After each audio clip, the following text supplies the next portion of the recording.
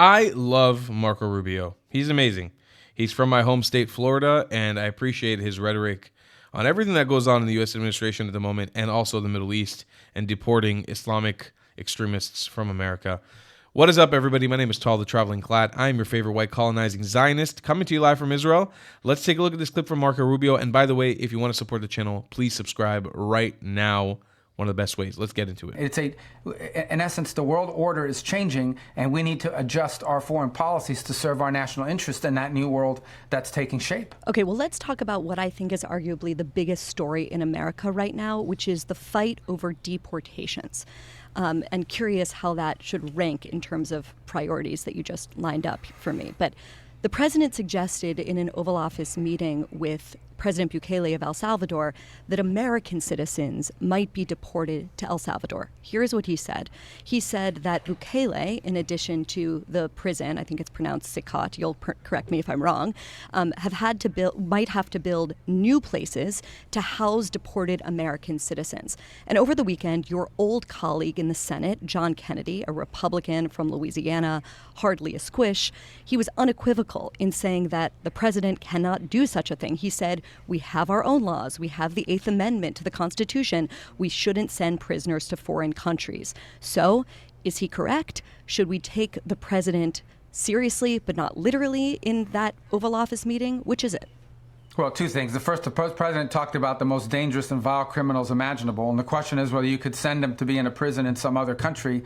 But the second point the president made, and I was there when he said it, and I was there when he said it in the past, is I don't know about the legalities of that. You'll have to ask DOJ. Maybe that's not possible because of our laws. So he acknowledged that in his statement. I think the broader point on deportations, and it's the one that really is in the news these days, is we have people here illegally in this country from other countries. And one of the things we've done at the State Department is work with those countries to take back their citizens, to take back people that are citizens. That's where you deport people. You deport them back to the country that they came from. They are unlawfully in the country, and that's where they're supposed to be returned. And that's what we've worked on doing.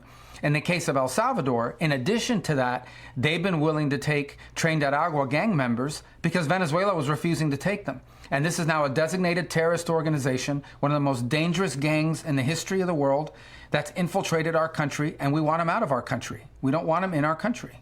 One of the things the president and you have done in the past 90-something days, it feels like it's been a lot longer than that, has been to successfully, I cannot even imagine how long it's felt for you, has been to successfully close the southern border.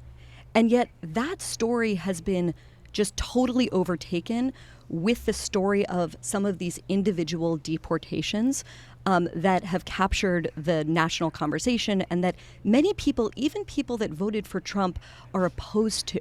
And so I want to just ask you a bigger question, which is, what message is the president trying to send with these deportations? You know, is it about deterring people from coming, or is it about terrifying people that have been here for years, that have paid taxes for many, many years, and might even have American children? Should they be scared of deportation? Like, what is the message that the president and the State Department is trying to send? Well, two things. The State Department isn't involved necessarily in the issue of migratory enforcement. We're involved in making sure that foreign countries take back the citizens that are in our country illegally, of their countries. So I would say two things. Number one, mass migration is almost entirely based on an incentive system. People were coming to this country under Joe Biden because they knew if they got to the border and claimed asylum, said these magic words, they would be allowed to come in and they would be allowed to stay. Almost 90% success rate if you said the magic words. So people were coming. Now they know that if they come, they won't get to stay, and they've stopped coming, which is why it's the most secure border we've had in modern history. And in fact, we've seen a new phenomenon, which is people that were on their way here sort of do a U-turn and go back. We've seen that play out. And that's an enormous achievement because it stops the problem. That still leaves us with a fundamental challenge.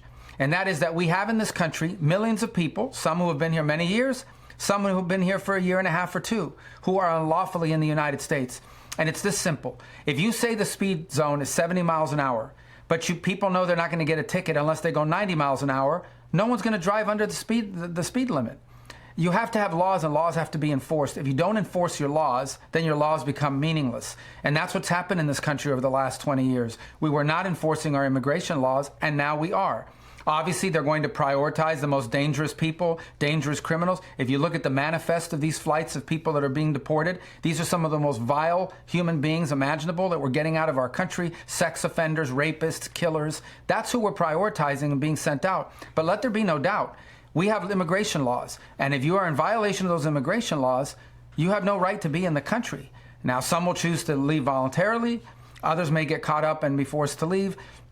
But they are prioritizing the most dangerous. But that said, you have to have there's no point in having immigration laws if you have no intent to enforce them. Honestly, I think when I look at this, I remember Marco Rubio and Trump going head to head during the first presidential election. I actually think that Marco Rubio is such a great compliment to Donald Trump's presidency as the Secretary of State. I think this man has found his calling in U.S. governance. I mean, he may run for president in the future and he may be a great president, but I actually think as a Secretary of State, he is phenomenal because he understands, and especially this rhetoric. I don't like to touch the whole migrant crisis from the South American, Central American perspective as much as I want to touch on specifically the Islamic immigration to the United States of America, or the Islamic student visas, like the story of Mahmoud Khalil, who is coming on a student visa and then preaching Hamas propaganda and advocating for Hamas and advocating for other Middle Eastern terrorist groups. Marco Rubio having a rudimentary understanding of why that is a danger to American society, why that is a danger to the West and influencing Western people, it's the one reason to vote this person into office again. It's the one reason to have this person be the Secretary of State again. It's the one reason you'd want to continue seeing this person representing your government. He understands fundamentally the issue with having rampant Islamic immigration in America and how dangerous that could be. And it's not about Muslims. It's about Islamism. It's about Arabism. It's about jihadism. It's about the manifestations of these religions and their most vile and the most terroristic elements. And that's exactly what I see this administration, and specifically Marco Rubio, advocating against. He doesn't want to see America develop this issue that Great Britain already has, that Europe already has, that France already has, that Italy already has, Germany already has. He doesn't want to see this on the streets of America. And I commend him for that. I wish him great success. If you guys do want to support this channel, a great way to do it is by subscribing right now. Help us on our mission to get to 400,000 subscribers. We're almost there. And please support the channel by buying some merchandise. You can become a white colonizer just like me in the description below at thetravelingclad.com. And I'll see you guys in the next one. I love you a long time. Goodbye, Clads. If you believe in my content and want to support me, just know your help is needed. There's a bunch of great ways to support me, being PayPal, Buy Me a Coffee, or joining my Patreon community down below. Patreon is the best way to support my channel, and you'll get a bunch of cool perks depending on what tier you join. Another great way to support me is by buying my merchandise on thetravelingclad.com. I regularly drop new merch designs like this beautiful hat or this amazing shirt, where you can support the channel and get something cool for yourself. I also have an amazing Discord community with people from all over the world. Thank you so much for your support.